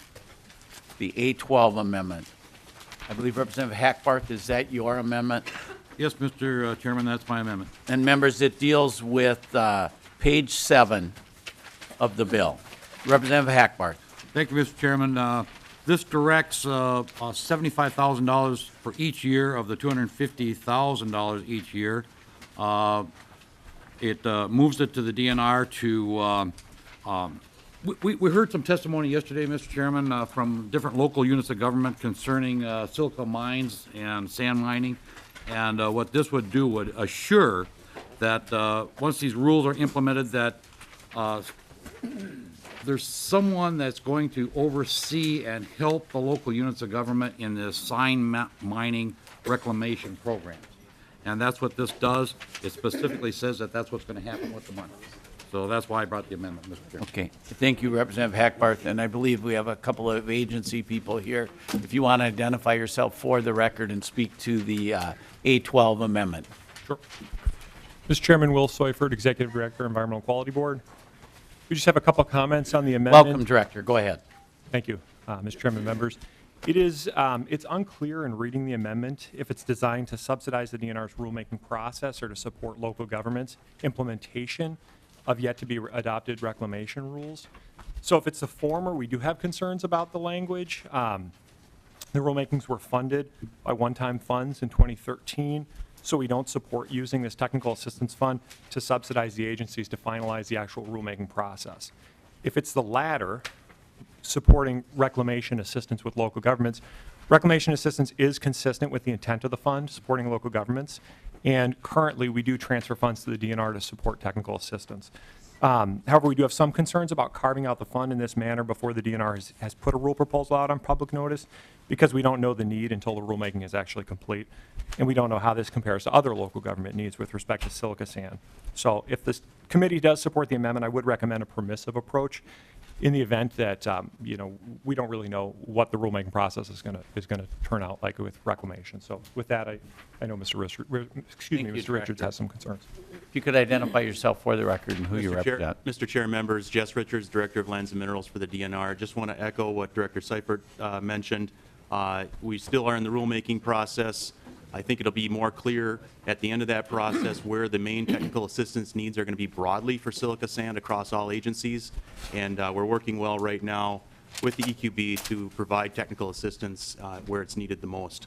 So we're not supportive right now of transferring those funds from the EQB. Thank you. Any further discussion to the A12 amendment? Representative Johnson. Thank you, Mr. Chair. And I think there might be a typo on line 1.7. Shouldn't it read in a manner instead of an manner? I don't know if that. Representative Does that Johnson, get my wife corrected would in be the proud of you. She's big in proper English. You're right. Trying to. Representative Johnson moves the technical amendment on line 1.7 to strike an, and insert a. All those in favor of that oral amendment say aye. Aye. Opposed, nay. The oral amendment's adopted. To Representative Hackbar's modified A12 amendment. Representative Hansen.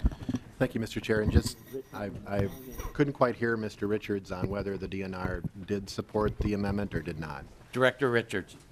Mr. Chair, members, we are not supportive of transferring this money. Thank you. And then Representative Hansen. follow up, Mr. Chair, and then on Mr. Siffert's question on what the intent was, if it was the former or latter, does the maker of the amendment have input as to what his intent was? Was it to do the former or the latter with the bill? Representative Hackbar. Mr. Chairman, it's the latter. Representative Hansen. Well, then, members, I would encourage a no vote on the bill, the amendment. Director Seifert, I would like you to put on the record, now that you understand the author's intent, where you're at on the amendment. Certainly, Mr. Chair, members, our preference would be to just leave current law as it is, because we can actually transfer funds to the DNR to support this kind of reclamation assistance as is. So our preference would be to not adopt the amendment. Okay, thank you. All those in favor of the A12 say aye. Aye. Opposed, nay? No. The amendment's adopted. Members, next we'll take up the A26 amendment. I believe that's a Representative Torkelson amendment. Members, it's on page 14, 15, and 25 of the bill. Representative Torkelson. Thank you, Mr. Chair. The A26 deals with a shift of funds from one agency to another, really with basically the same purpose in mind. And I would like to ask Ms. Taylor to explain the mechanics of the amendment. Ms. Taylor, to the A26. Mr. Chair, members, what the amendment would do is there's an existing rider in the bill on page 14 that provides $1 million each year to the DNR out of one of the dedicated accounts from the remediation fund for grants to soil and water conservation districts. What the amendment would do was move that rider to the Board of Water and Soil Resources, and the Board of Water and Soil Resources would then be tasked with providing the grants to the soil and water conservation districts. Representative Hansen. Thank you, Mr. Chair. And, I think it's smarter to have the money coming through Bowser than through DNR, because DNR doesn't normally distribute to the SWCDs. However, the source is still the same. You're still rating a fund. You're still shifting it from another account. Again, where it ends up is the right place, but if you had general fund dollars, but taking it from one of the other accounts is kind of the theme in this whole bill, shifting some money from one place to another for needs. At the time we've got a surplus, we're just taking these accounts and moving them to another place. And it looks like we've got the agencies here, I'd like them to weigh in on that. Representative Torkelson. Well, thank you, Mr. Chair. I just thought I should illuminate a little more about the reasoning behind this. I spent a little time on Summit Avenue this week talking about an issue that's been in the news quite a bit, and we're trying to put in a placeholder in the bill so that we can address that issue in the future. And the discussions up to this point have really focused on the SWCDs and their important role in addressing water quality issues, especially on the rural landscape. And this puts some funds in place to start addressing that issue in the way that we think is appropriate. I'd welcome comments from the agencies, Mr. Chair. Well, and Representative Torkelson, I think it's important for folks to realize the governor has talked about one part of the importance of cleaning up our waters, and a very important one, that having strips of grass along waterways is a great thing. But in our bill, not only are we, and I understand that folks may not like how we got $4 million to SWCDs, but that's $4 million that the administration didn't recommend at all. And we felt it was very important to begin to reach back and get SWCDs money so they can expand the great work they're doing on the ground. And Representative Rarick brought to my attention the importance in his district of SWCDs, and I've had a number of meetings with the SWCDs in Representative Rarick's district in how they really needed some more money. And so I appreciate Representative Torkelson's work on this issue. He's the governor. We attended a very good meeting down in Northfield where the governor specifically said one size doesn't fit all, and he understands. And I think with not only with Representative Torkelson's work here, but with the work at the end of our bill about a very large project potential to hold water back on the land, and the great water quality work that could entail is really showing that we're serious about this issue. Representative Hansen, did you want to hear from the agencies first? Representative Hansen. Well, just on that, I don't think I said I opposed the amendment, but I did say I opposed taking the money from another account. And $1 million here, I understand the placeholder issue. And I think I mentioned last night that the buffer initiative is important. If this is the only thing that's in the bill for the buffer initiative so that we can build on that, I understand having to have a foundation no matter how small it is. But I think Minnesotans should know the scale. So if we build one big water retention site somewhere in the state, we have invested millions already in water retention sites. We have invested millions already in buffers, and we do elsewhere in the clean water bill. So the small amounts and the districts, the need is $11 million.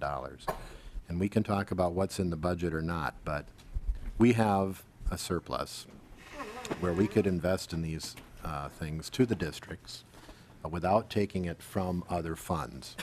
And I'm concerned that at the end of the day, if we do one project here, one project there, or we've put some money, which is very needed, into the districts, we call that a victory, and we say that we've solved the problem. And it's really hard to get our arms around how big of an issue this is in our very big and very diverse state. And Representative Torkelson, I think you and I agree on some of these issues, that in that diversity of the state, we have some districts that are very functional, highly functional, that can get the projects on the ground. And we have some districts that could improve. And we've tried to build capacity in the past. But Minnesotans should know that $1 million here and $1 million there into the districts is not going to solve the problem. And taking it from other places, as we do all throughout the bill, to meet needs that are there, is not the way to go about it. And I'd like to hear from the agencies. Commissioner Meyer. Mr. Chairman, members, thank you very much. And we do recognize and appreciate the hard work the soil water conservation districts do, but this shift of funding we feel at this time with the budget surplus is not the right way to fund those activities. I just want to refer you to a letter that Commissioner Landwehr sent to the committee yesterday that outlines our concerns, but it also has an attachment which contains a letter that we sent to the legislature dated August 15th, 2014, outlining our expenditures in the remediation fund as required by law. So you'll see in this letter, we're proposing to spend $522,000 in 14 and 15, which that spending is ongoing, and we would be submitting another letter for this coming biennium to appropriate those dollars. But in the past biennium or the current biennium, we've spent money in the Rice Creek watershed to construct a rain garden at Locke County Park, and we're also spending money down in Blue Earth County that we received from a settlement with Magellan Pipeline for sealing of abandoned wells. So these dollars come from companies that cause environmental damage that we go through a court process to determine what that impact is, and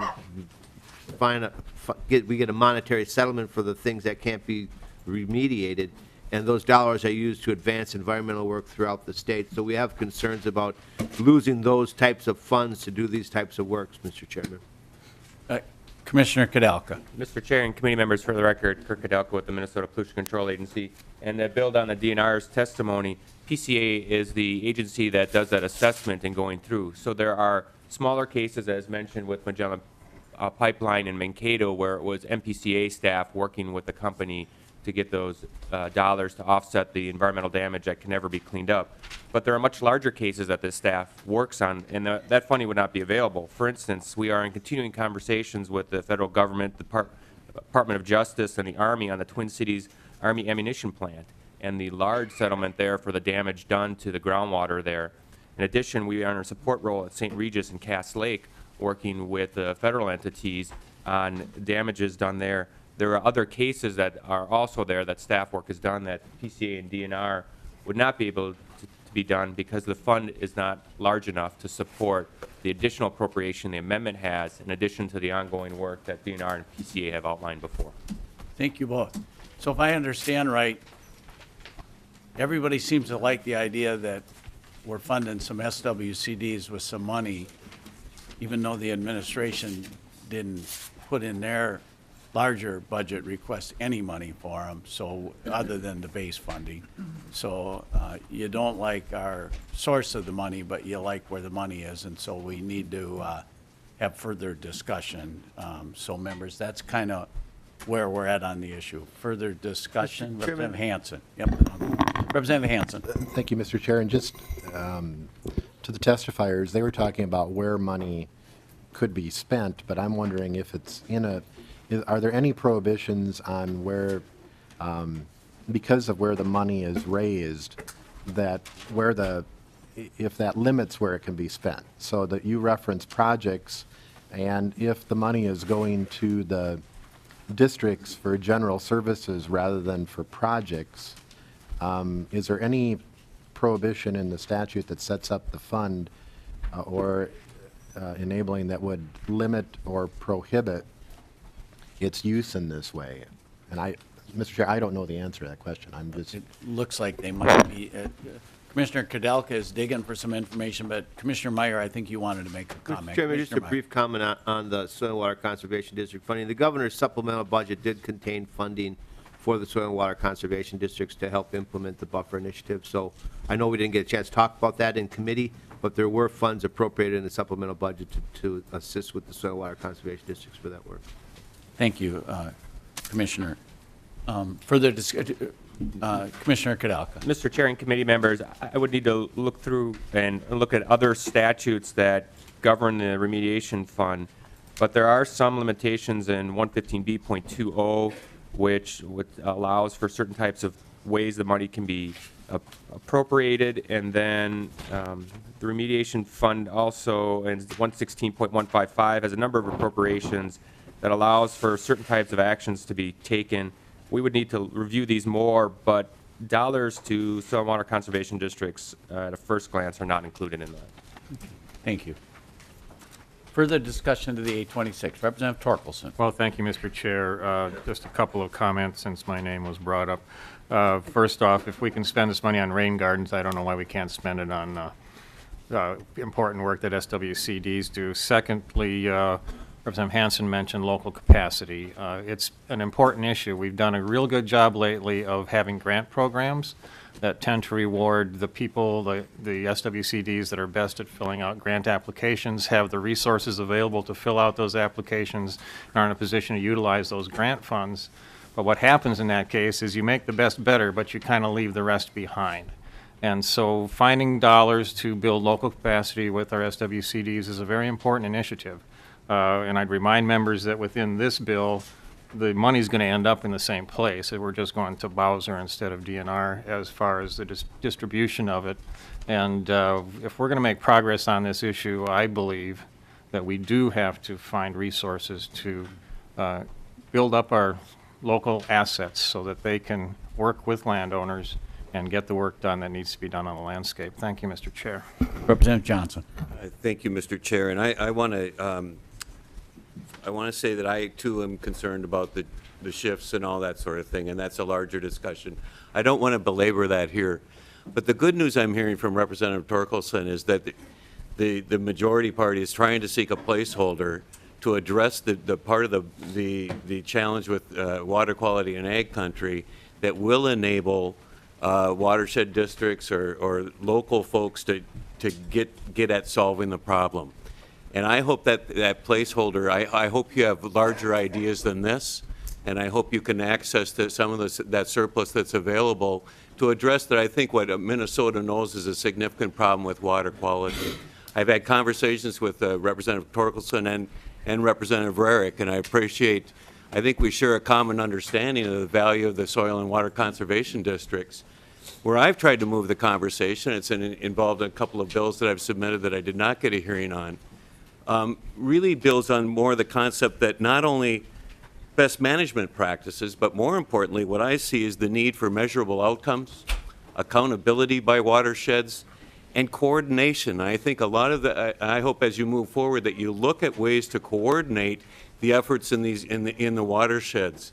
I believe I mentioned in this committee before, the 7 Mile Creek in Nicollet County is a good example of a watershed that's been worked intensively to improve water quality, that has excellent cooperation amongst the farmers, and I believe are making significant progress in improving water quality. But the key, my observation, the key in those efforts and other efforts we've learned from other watersheds is this business of coordinating the activities, that not taking a shotgun approach to improving water quality, but actually coordinating work within a watershed and holding accountable watersheds to improve the water quality. So I hope we can build on this, and my compliments to those efforts on the part of the majority to work towards that.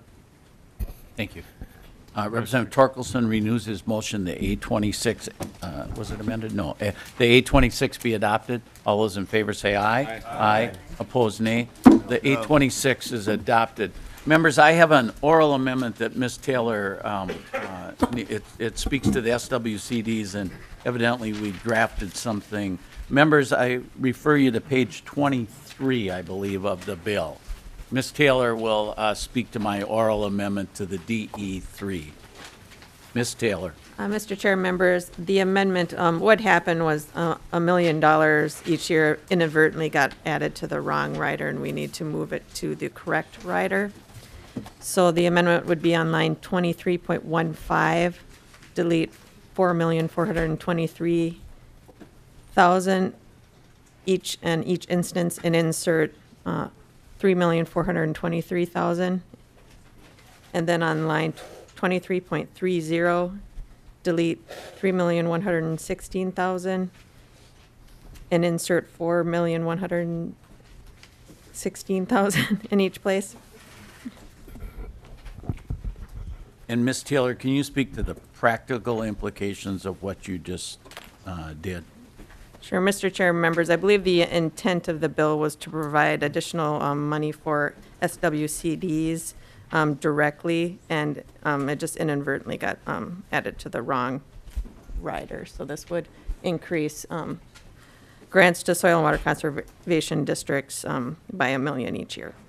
And Ms. Taylor, does Mr. Hagemeyer need to change the spreadsheet, or were the spreadsheets done correctly? Mr. Chair, I think the spreadsheet's still fine. I reference SWCDs on the spreadsheet, and the total still stays the same within the Board of Water and Soil Resources. Okay. So does everyone understand the amendment? It was clarifying that there was $1 million in each year to go to SWCDs. And Mr. Hagemeyer, did we carry that through? I can't remember. Is that carried through? Is that base funding? Mr. Chair, give me 1 second. I'll look. I believe it is. Okay. I'll let you pull out your spreadsheet. I don't have mine. Mr. Chair, yes, it is ongoing. Thank you, Mr. Hagemeyer. To the chair's oral amendment to page 23, as Ms. Taylor read, all those in favor say aye. Aye. Opposed, nay. Okay, that oral amendment's adopted. Members, next we have Representative Hackbarth's A32 amendment, which is in regards to page 18 of the bill. Representative Hackbarth. Thank you, Mr. Chairman. On page 18 of the bill, there's a section that we talked about in a couple of different committees now that supports the four-wheel drive, off-road four-wheel drive trucks. And they have a dedicated account at the Department of Natural Resources that supports their activities. They want to spend some of that money and direct it and hire someone to help them develop some trails. And we put together some language, but the DNR had some problems with it, and the Four-Wheel Drive Truck Association and the DNR have worked through those problems, and they've come up with this amendment. Mr. Chairman, I'm going to have to make a couple of amendments to the amendment, and I hope that you can just incorporate that in my amendment. On line 1.7, change 593,000 to 568,000. So change it from 593 to 568. And then on 1.9, change the 300,000 to 325,000. So I'd like to incorporate that in my amendment. And I would take any questions. The four-wheel drive truck people, I think they're doing this in the Senate too. Oh, here he comes now. If we have any questions, he is here to answer any questions. Thank you, Representative Hackbarth. Ms. Taylor, would you repeat the oral amendment, please? Mr. Chair, members, it'd be on line 1.7, delete 593,000 and insert 568,000. And on line 1.9, delete 300,000 and insert 325,000. Thank you. Anybody care to testify for or against the amendment? Okay. Mr. Chair? Representative Hornstein. I don't have a lot of expertise in this area, and so, we're moving some money around, but it involves the DNR, I believe. So can we hear from them on this? We sure can, Representative Hornstein.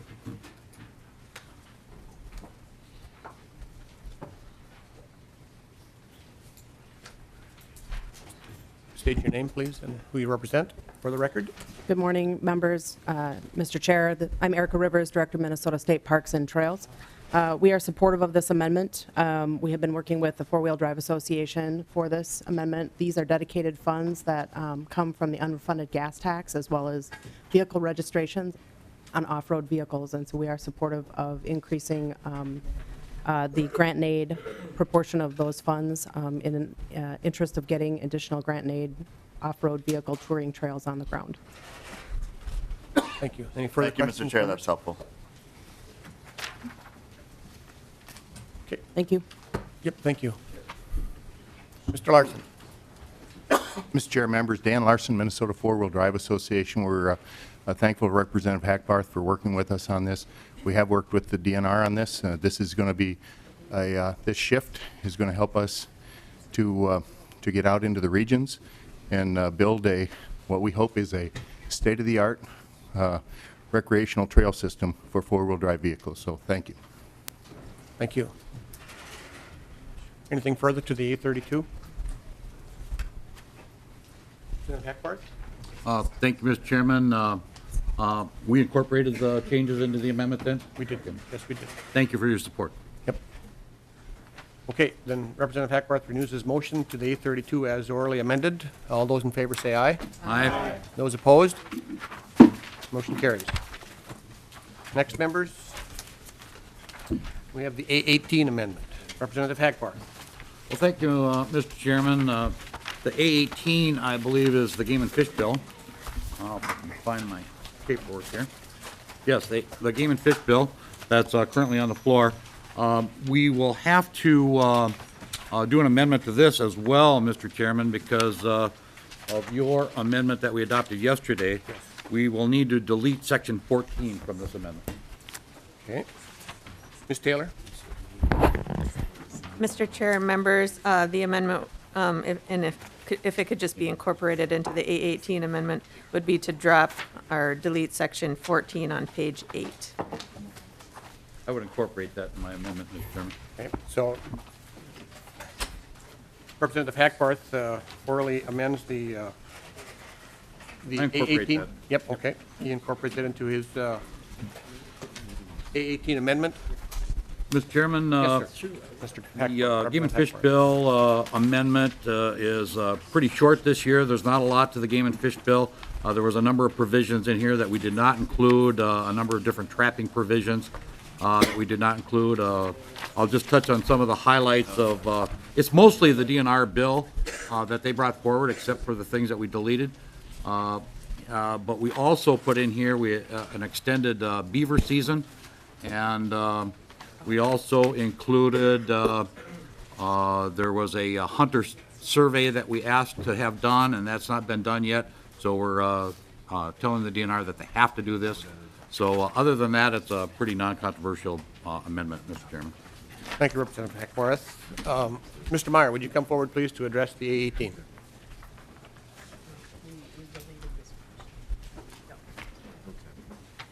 Mr. Chairman, members, for the record, Bob Meyer, Assistant Commissioner, DNR. This is what is left of the Game and Fish Bill as was introduced. So there's a couple other provisions from the DNR policy bill that was also added to this bill.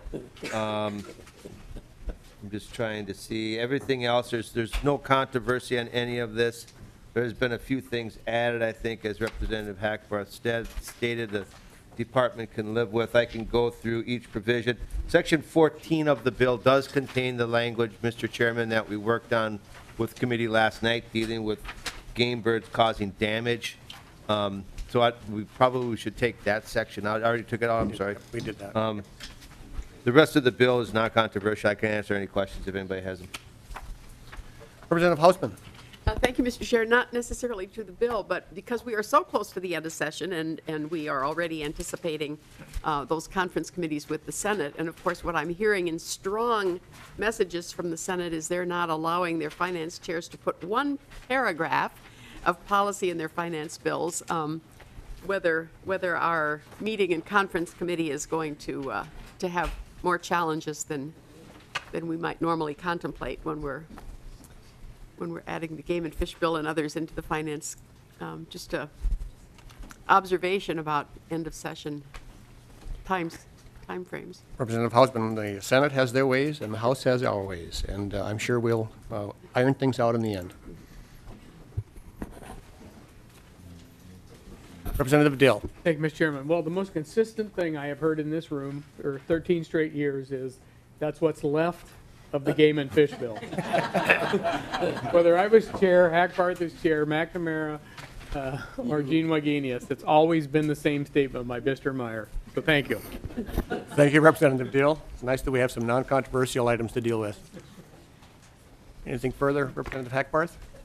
Oh, thank you. Representative Hackbarth renews his motion on the 18 as amended. All those in favor say aye. Aye. Those opposed? Motion carries.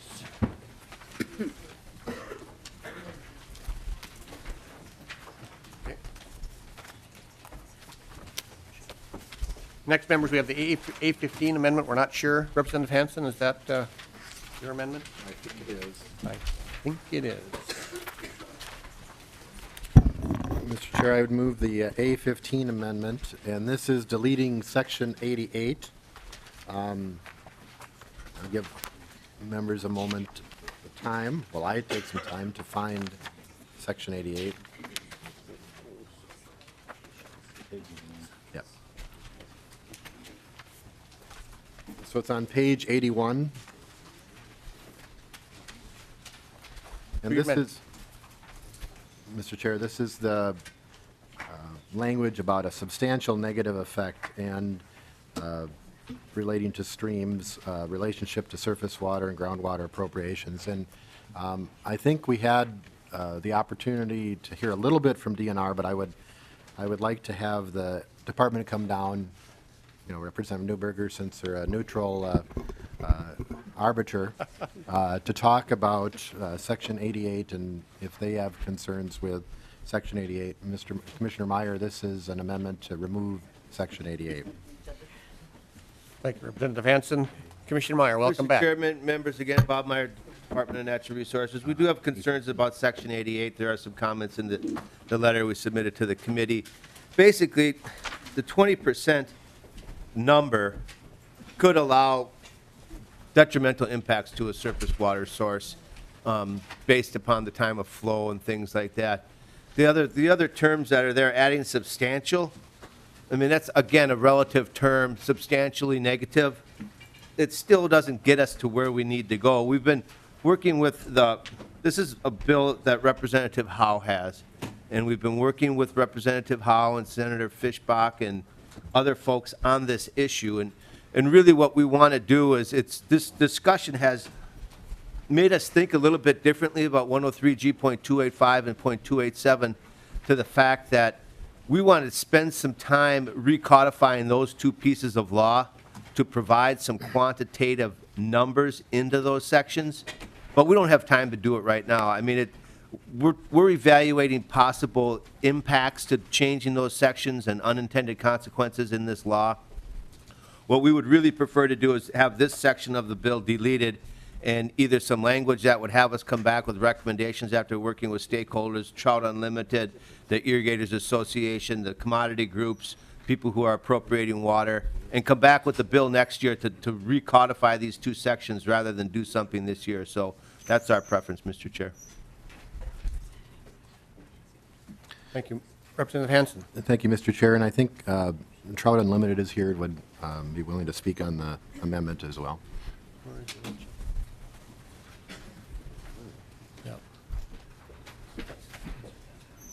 Please state your name for the record. We represent Mr. Lincheski. I'll remind you that you have already testified on this portion of the bill. Mr. Chair and members, my name is John Lincheski with Minnesota Trout Unlimited. Just want to go on record as in strong support of this amendment. And for the reasons Mr. Meyer stated, I think the provision is it's not ready for prime time yet, and I think the parties are working on creating clarity, and we think it's too soon. So we strongly support the amendment. Thank you, Mr. Lincheski. Representative Hanson. And Mr. Chair, I'd ask for a roll call. Roll call's been asked for. To the 815. Fabian votes no. McNamara. No. Cornish. No. Dill. Yes. Fabian. Fenton. No. Fisher. Yes. Green. No. Hackbarth. No. Hancock. Hanson. Yes. Hausman. Yes. Heinzman. No. Ornstein. Yes. Johnson. Aye. Newberger. No. Purcell. Poppy. Yes. Rarick. No. Torkelson. No. Uglum. No. Mr. Chairman? Mr. Chairman, you forgot to call me. Oh, Clark. Yes.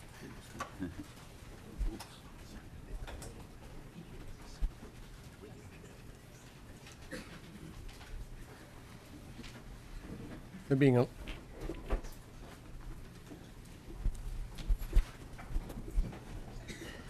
11 nays and 8 ayes, the motion does not prevail.